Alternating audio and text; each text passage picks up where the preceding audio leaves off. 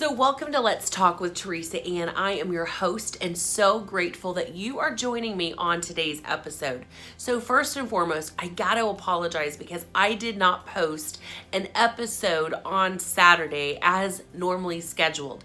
So what I'm gonna do today is I'm going to combine a Flipping the Script Monday with a Saturday episode. And I want to talk to you about doing the right things, but out of fear. And so here is what's coming up next.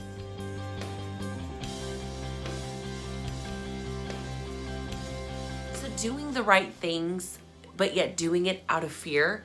And I'm not talking about the fear of the Lord right now. I'm talking about fear of what if I miss out, or the fear of death. And that's what compels me to do the right thing, or the want and desire to not go to hell. So in that, I'm going to say yes to Jesus. And those are some things that I did in my life, and I still do if I'm not careful. But here is what's so awesome about it, without feeling condemned, is that now I'm aware of it.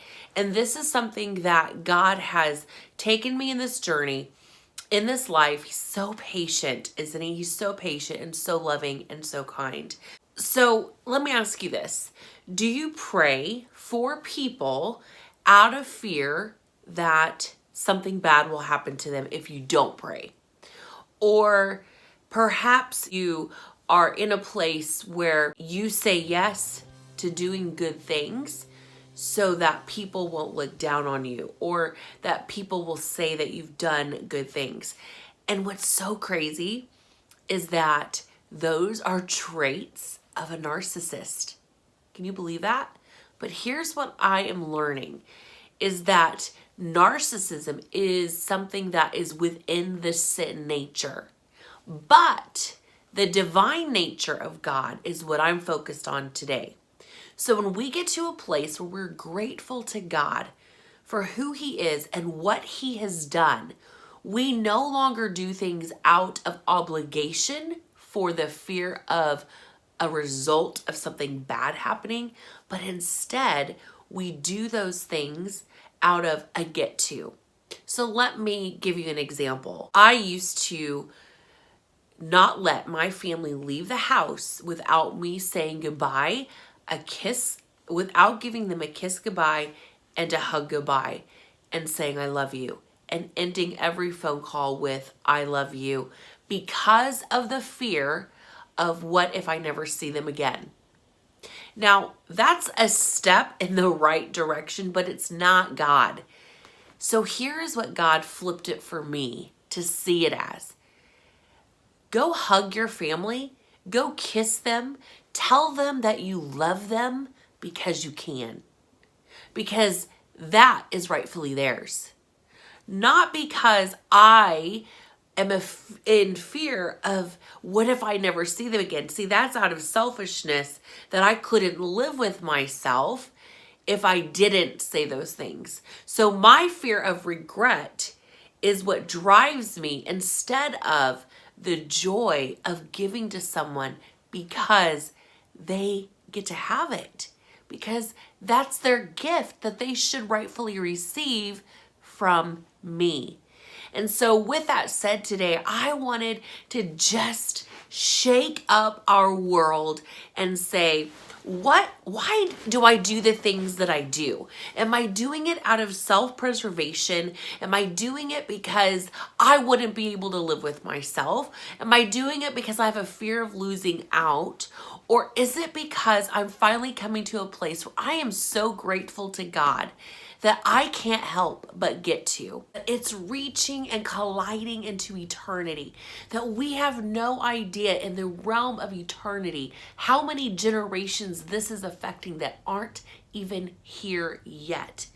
And so often, let's remind ourselves why we get to do the good things, that it isn't because we have a fear of losing or a fear of what if I can't get it, because if I do that, then maybe they'll say no. But let's just keep going. Let's not be concerned with the no's, but let's begin watching that our moments.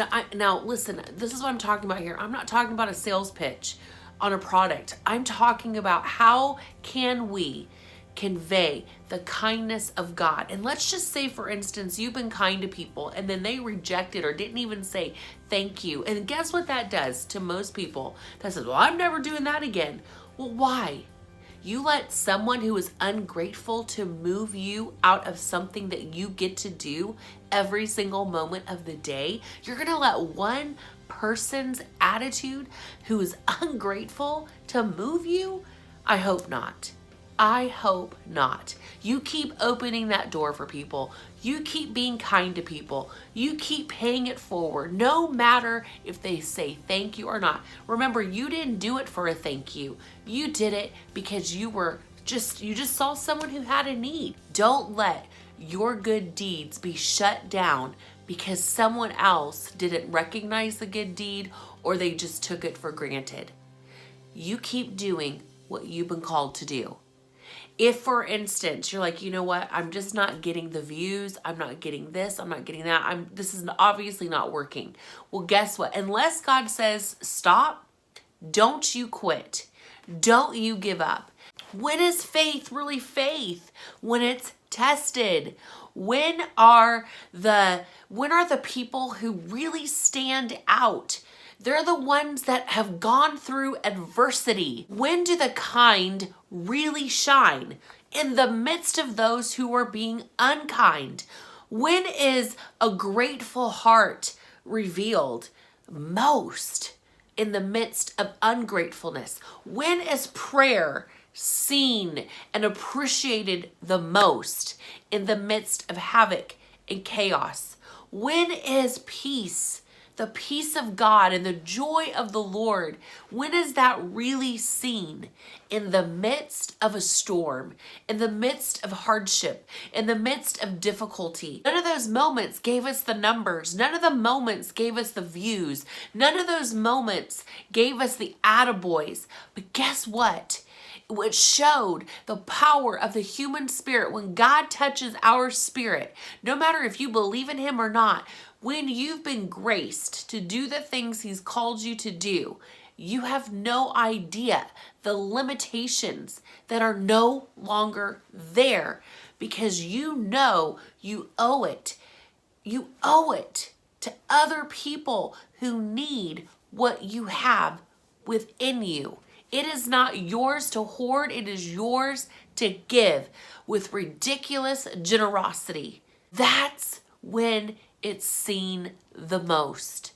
Do not let a mindset of humanity tell you that you're going to stop because you're not getting the numbers or you're not seeing numbers. Guess what? Focus on what you do have. Focus on what you do have. I'm talking to myself right now. Focus on what I do have. That's when things happen. Now, okay, in the past year, how could I have done things differently?